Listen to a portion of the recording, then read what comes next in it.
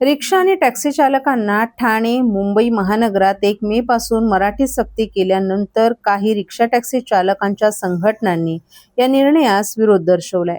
तसंच आंदोलनाचा इशाराही दिलाय. दरम्यान सोमवारी मनसेनं ठाणे रेल्वे स्थानक परिसरात अनोखी मोहीम हाती घेतली. ज्या रिक्षा चालकांना मराठी लिहिता वाचता येतं आणि समजतं त्यांच्या रिक्षांवर मराठीचे स्टिकर चिटकवण्यास सुरुवात केली आहे.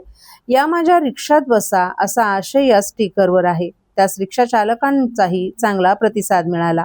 परवानाधारक रिक्षा आणि टॅक्सी चालकांसाठी 1 मे पासून मराठी भाषा अनिवार्य करण्यात येत आहे.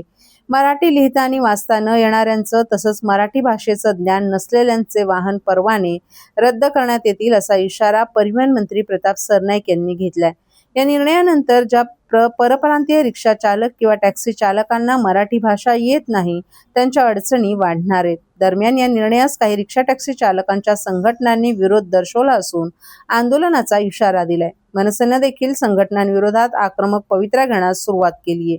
आज ठाणे रेल्वे स्थानक परिसरात मनसेने एक वेगळी मोहीम हाती घेतली. यापूर्वी अशी मोहीम मुंबईतही झाली होती.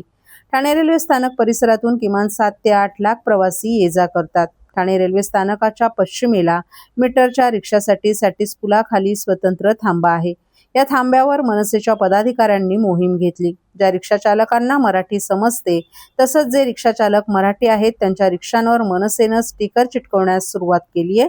त्या स्टिकरवर मी मराठी बोलतो, मला मराठी समजतं, या माझ्या रिक्षात बसा असा आशय लिहिला आहे. मनसेच्या या मोहिमेनं सर्वांचंच लक्ष वेधून घेतलंय.